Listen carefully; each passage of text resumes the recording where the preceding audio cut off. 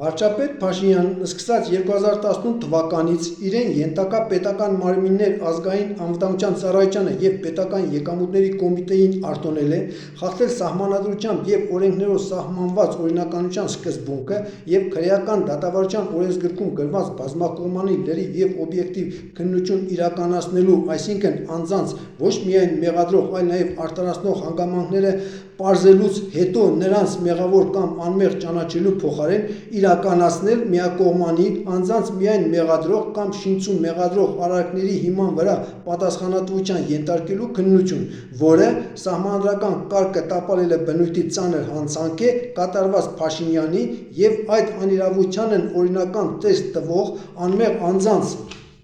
աստիճանական քայլերով պատասխանատվության ենթարկող պաշտոնատար անձանց կողմից, հանցավոր, որ ենթամշակույթի զոհ են դարձել և դառնում, քաղաքականությամբ զբաղվող և քաղաքականությամբ չզբաղվող հարյուր հազարավոր անմեղ քաղաքացիներ։ Հիշեցում, համաձայն քրեական օրենսգրքի հոդված 16-ի, հնով հոդված 18,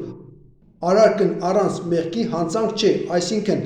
առանց մեղքի կատարված արարքի կապակցությամբ վարույթ չի հարուցվում, իսկ սխալմամբ հարուցված վարույթը կարճվում է։ Պարզաբանում, մեղք կա, եթե տվյալ արարքով պատճառված վնասը մեծ է ապահովված օգուտից, իսկ մեղք չկա, եթե տվյալ արարքով ապահովված օգուտը հավասար է կամ գերազանցում է պատճառված վնասին։ Ես բժիշկ Գուրգեն Սարգսյանն եմ, Շիրակի մարզի Սառնախմիր գյուղից։